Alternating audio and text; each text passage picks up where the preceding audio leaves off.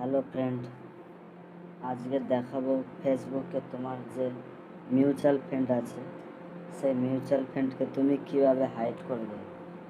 তোমার সাথে যার ফ্রেন্ড আছে এবং তোমার সাথে যে তারও মিউচুয়াল ফান্ড যা যা আছে সেইগুলো কিভাবে হাইড করবে আজকে দেখাবো। তো তার জন্য ফেসবুক খুলে ওপরে একদম থ্রি ডটে ক্লিক করবে।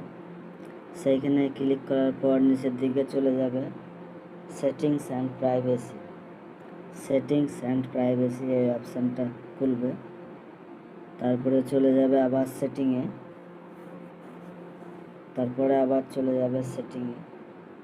সেটিংয়ে যাওয়ার পরে সেটিংস ওপেন হলে তারপরে একটা অপশান নিচের দিকে খুলে যাবে,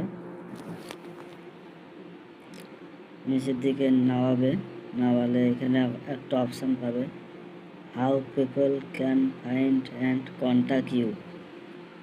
এই অপশানটাকে ওপেন করতে হবে। এই অপশানটা ওপেন করার পর এখানে একটা অপশান পেয়ে যাবে who can see your friend list.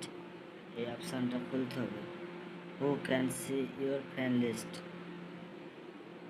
এই অপশানটা খুলবে। এই অপশানটা খুললে এখানে অনেক রকম অপশান পেয়ে যাবে, পাবলিক ফ্রেন্ড, ক্লোজ ফ্রেন্ড এবং নিচে যে সি অল আছে এই সি অলের উপর টাচ করবে।